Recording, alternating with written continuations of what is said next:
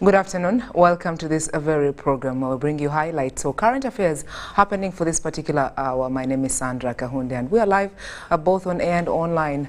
And of course, starting off with some of our local stories for the day.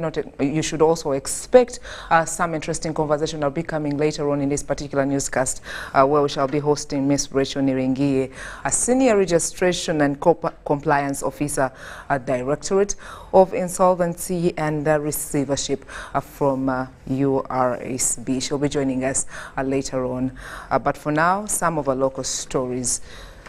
Africa Leadership Institute is sensitizing communities in the sub-counties of Loyoro and Kabong, and Aduket, Rupa and Lotisan sub-counties in Moroto district on how opportunities to reap from the investment companies, especially through their land rights. The one-year project is aimed at improving decision-making and mineral sharing in the pastoral communities. The Executive Director at the African Leaders Institute, David Pulukol, leads the project. But we need to get to know what is entailed in it. What is it saying about benefit sharing? What is it saying about participation of people? What is it saying about decision making? In the baseline, it came out clearly that the community, for them, they know the minerals are 100% theirs. But what is the law saying? So we need to know what is it saying so that we can be able to engage and pick out where we can negotiate appropriately, knowing that, okay, this one belongs to me, I negotiate for it exactly.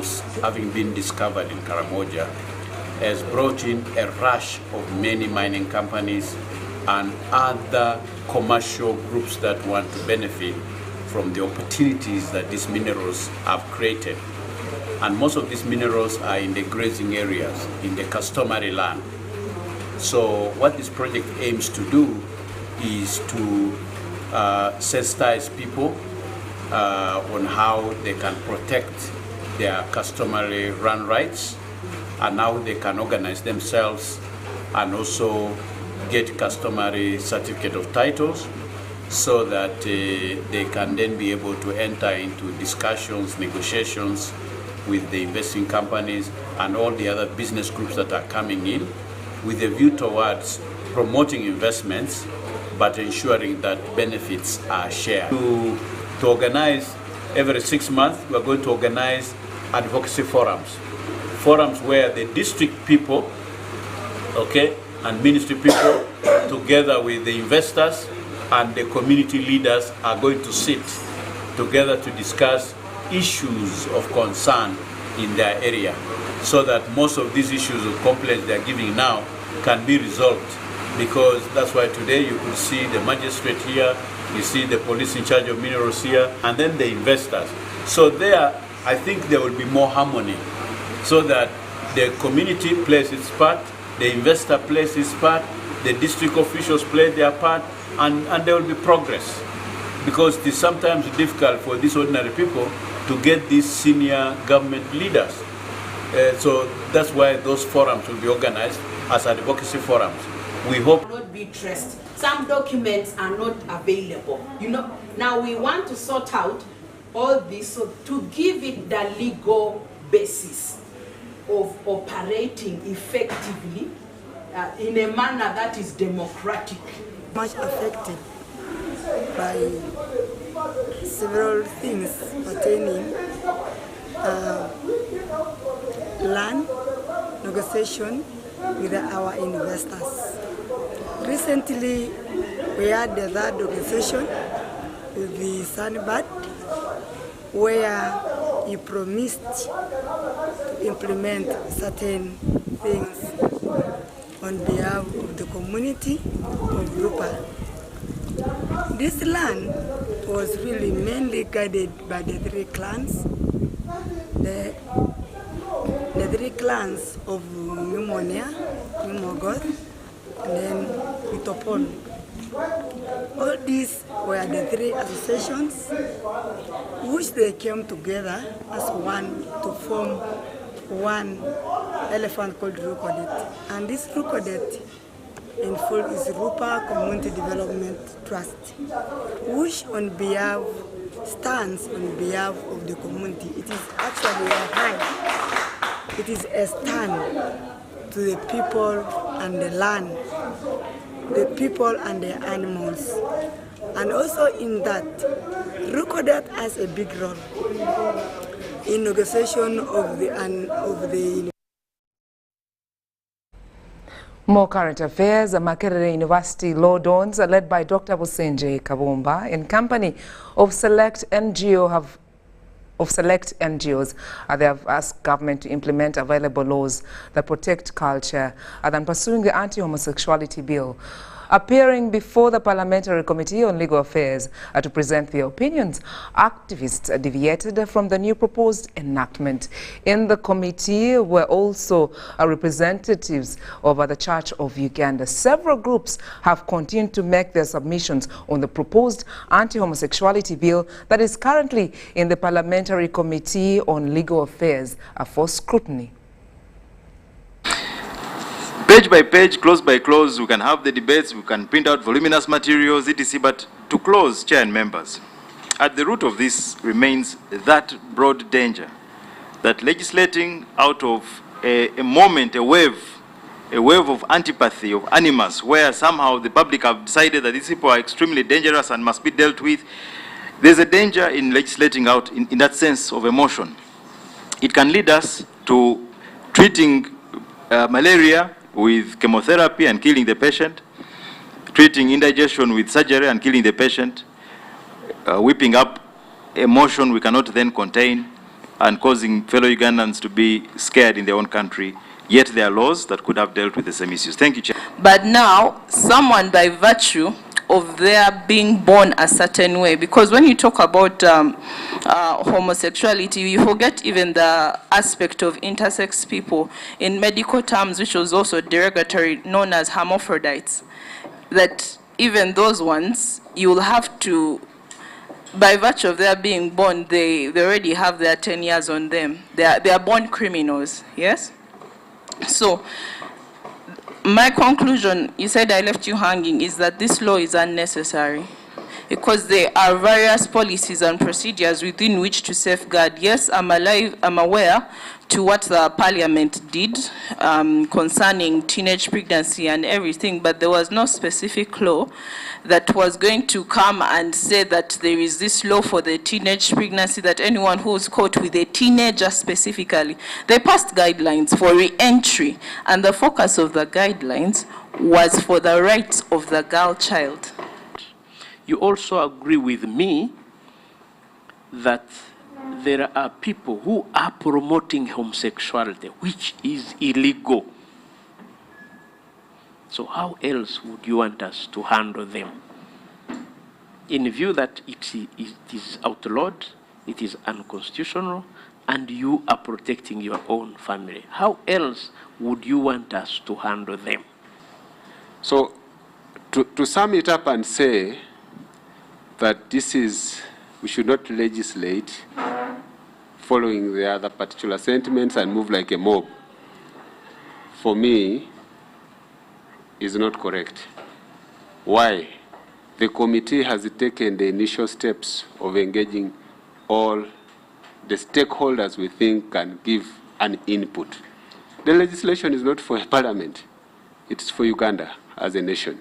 No, if I decide to pass, should I say, as a man, and try to maybe.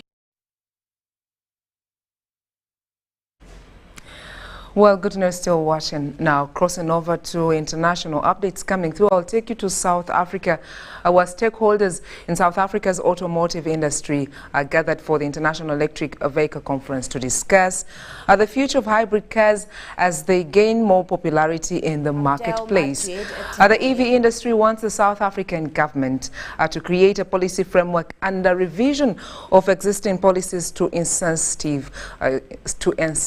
that is to incentivize electric vehicle components and vehicle production.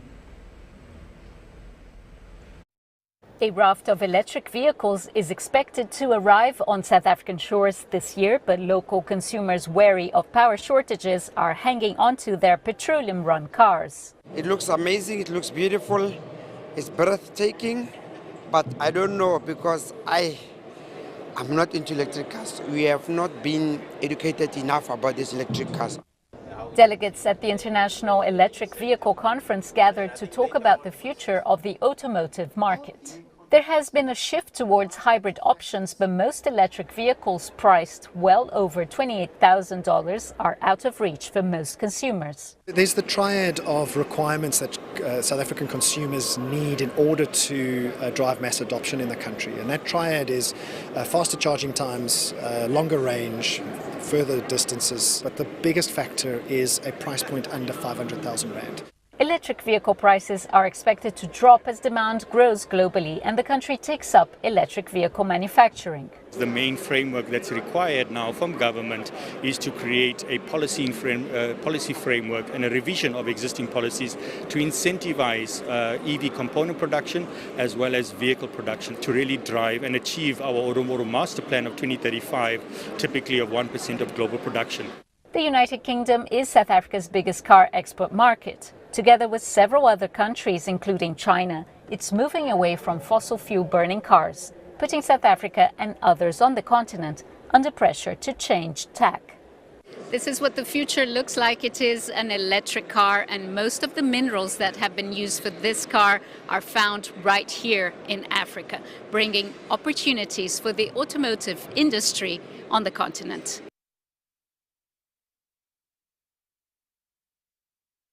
The international updates, a sad one coming through. Uganda's ambassador to Turkey, Her Excellency Nusrat Peru, and Uganda community leaders at the send-off of the late Babiria Florence at Istanbul airport. Florence Babiria died after the building she was staying in collapsed during the earthquake last month.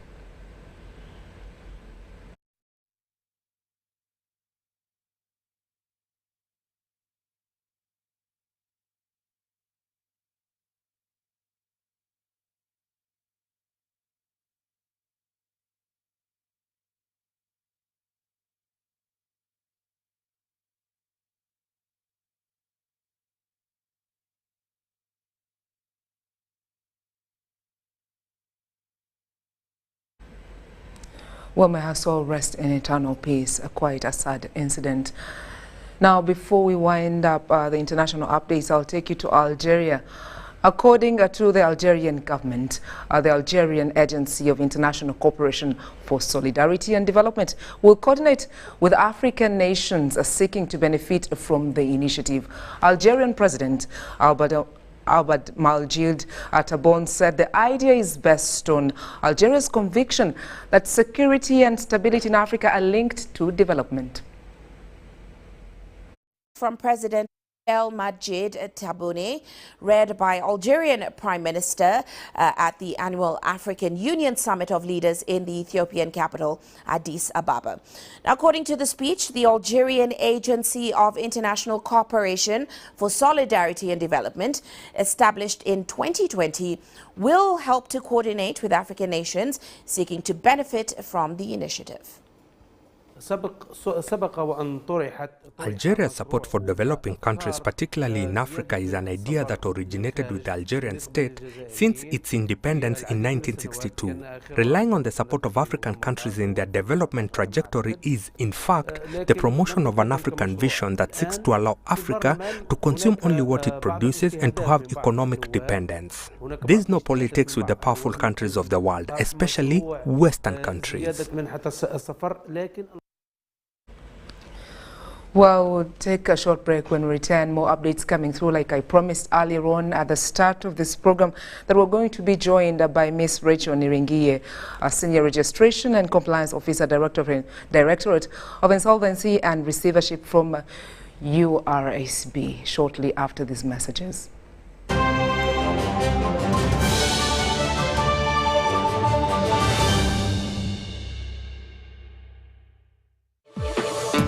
With freedom. Get MTN Freedom voice bundles that don't expire. Dial *100 *21 hash or my MTN app for more bundles. Together, we're unstoppable. This isn't just a girl. She is the future. This is a teacher, a doctor, a community leader, our future president. She is our family's pride, and as her father, I will protect her from child marriage and talk to her about the dangers of teenage pregnancy. We each have a role to play in empowering our teenage girls to protect them from child marriage and pregnancy, because when we empower them, we empower our nation. Protect the girl, save the nation. Take action. Report any case of defilement or child marriage to the police or call Sauti 116. It's Freaky Friday from Airtel. Buy or gift. Buy or give. Get freaky too! Dial *100 *10 hash to load a Freaky Friday bundle for you to enjoy the best offers on voice and data. To buy a bundle for friends and family, dial *100 *10 hash. Freaky Friday with Airtel. Buy or gift a bundle today. Dial *100 *10 hash to get started. Airtel, the smartphone network. Ladies and gentlemen, this is your captain speaking. We're descending into Entebbe Airport. For those proceeding to Kampala City, the biggest event in East Africa is in town. That's right. The East African Business Expo 2023 is happening from the 23rd to the 26th of March at Kololo Grounds. Join us to network, connect, and grow. Contact us for exhibition or sponsorship opportunities. The 14th East African Procurement Forum and Business Expo 2023 is hosted by PPBA. Now sit back and relax. It's time to explore great business opportunities. Jerry con! Jerry con! Hey, Master Blaster! Touch him, man! Buy Jerry con with muscle! Those ones who say go is for you only. Mundava! Best movies I teach you. But I'm going to put them in because of the cover is very far. Is you serious? Is yes you? What? Yeah? You step it on it. Add kilometers to your legs. And you get your sugar. We buy meat from Umaru. And Umaru refused to give you enough meat.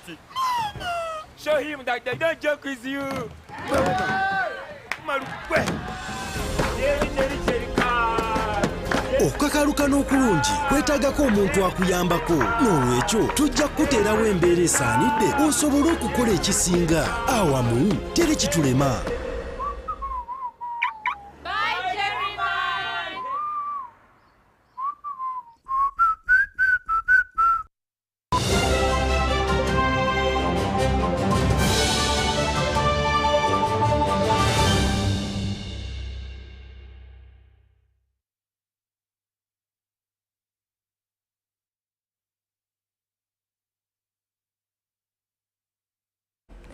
Welcome back. Good to know you're still a part of this newscast and you're watching UBC as we inspire you this day.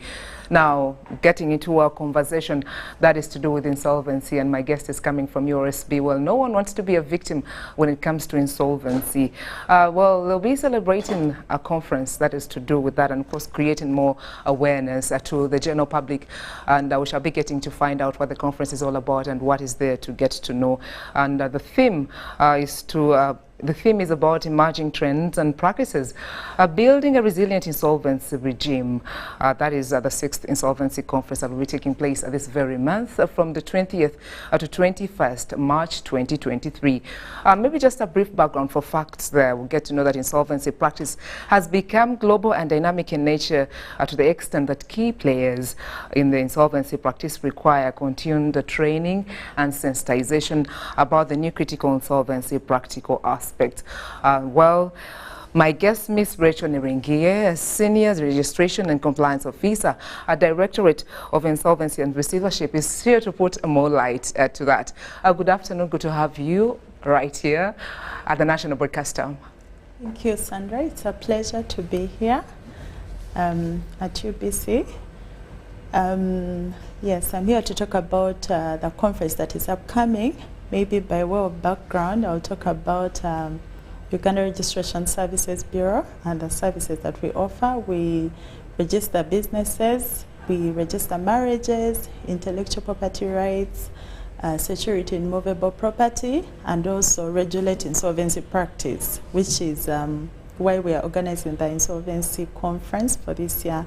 So the conference is going to happen on Monday, 20th, and on 21st March at Maysville Hotel.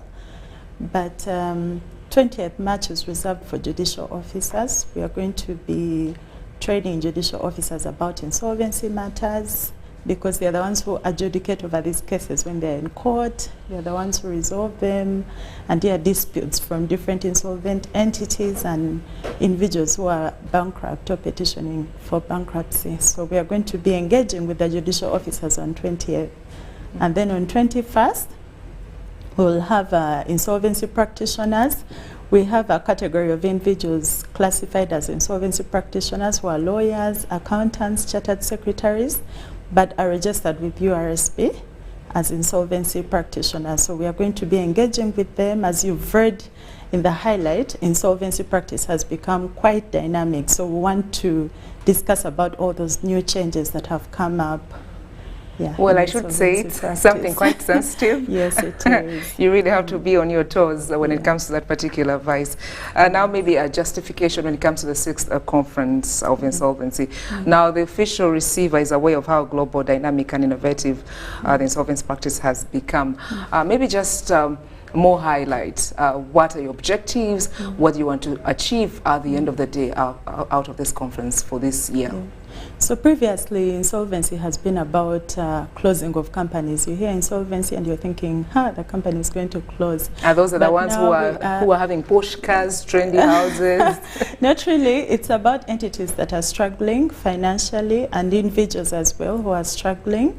But now instead of closing, we are preaching the gospel of corporate rescue. So we are, for example, last week we had an engagement with the business community where we were training them about corporate rescue mechanisms, how they can revive their businesses and be able to sustain them and keep them running. So this time around we are focusing on companies and also focusing on the people who can be able to turn around those companies who are the insolvency practitioners. So we are preaching corporate rescue instead of winding up and closing companies. We are saying instead of closing, you can be able to turn around your company. Yes. Well, do I qualify to be a participant in that particular conference, or it's for the general public or a few individuals? The conference is for a few individuals, and those who are attending have already been sent invitations. Yes, but as long as you're a lawyer, an accountant, a chartered secretary, you can reach out to our office and we can see if there's still a slot available, an invitation will be shared, and then they can make it. What would your thoughts be when it comes to Uganda in general, as far as this vice is concerned, in regards to insolvency itself? So from the experience that we've had as an office, most insolvent entities don't want to go through the whole procedure of winding up. the business is struggling, they will close it and exit, but it's still on the register. So you've not gone through the formal process of actually winding it up, or come into our office and engaging us, and then we'll give you the different options that you can actually explore to be able to close this entity. So one of the that's why we are trying to engage the business community, engage the judges, engage the lawyers, the accountants, all these stakeholders who are involved in the managing and running of a business, so that they can be able, if a distressed person comes to them, they can be able to advise them on the options that are available. So that at the end of the day, everyone has to go to heaven. Yes, and also when a company is revived and it's working, everyone benefits. You have a job, for example, we have UTL. People are working, our brothers and sisters are there working in UTL, but when an entity closes, the economy also suffers. So generally when we have entities that are still in business, that are working, everyone benefits, the taxman benefits, we get jobs, and yeah, business continues. Well, in your findings, do you really think people still have that? Is it because of the phobia in regards to the findings and experience you have? Is it because of the phobia that when it comes to URSP, you're like, oh my God? So the good news is, at the beginning of this year, the law on insolvency was amended. Initially, people were scared of the cost of closing a business and then the long process, but we've provided for a shorter process that may not be as tedious and as expensive, where you can be able to easily exit if you really have to. But if there are other options, the options can also be explored with us. We engage you and advise you on how you can be able to turn around your business and have it okay, away from the technicalities and the language that maybe the diction that you definitely used to, maybe just speaking to the viewer out there, maybe a business person out there, the downtown business community, for them to remember that this is what Miss Niringie said when she spoke about the insolvency conference. Something to remember for them to carry as they enjoy that day, or look out for the conference itself. Yes, there is hope for businesses in our economy. There is, it's struggling financially is not an end in itself. There is hope. You just have to be able to be willing to explore the options that are available, and hence the theme that we have for the conference: a resilient insolvency regime, emerging trends in a resilient insolvency regime. Yes. Wow. Happy to be a woman and seated next to a woman. Before we let you go, it's Women's Month. A message to the fellow women out there, not only those in the business community. A word for them from Rachel. It's important to know who you are and the value that you have. Don't let the expectations of womanhood cloud who you are and who you should be. You can sprout out there and be something amazing as a lady. Yeah. Wow. I'm also going to pocket that for myself as I enjoy Friday. It's been a pleasure having you. Thank you so much for making time. Thank you. Wish you all the best when it comes to the conference. For the viewer out there who are discussing, we're talking insolvency. That is to do with the conference that is slated to take place on the 20th and 21st of this very month, 2023. And as joined by Miss Rachel Niringie, Senior Registrar and Compliance Officer, Directorate of Insolvency and Receivership from URSP. Now getting to a sports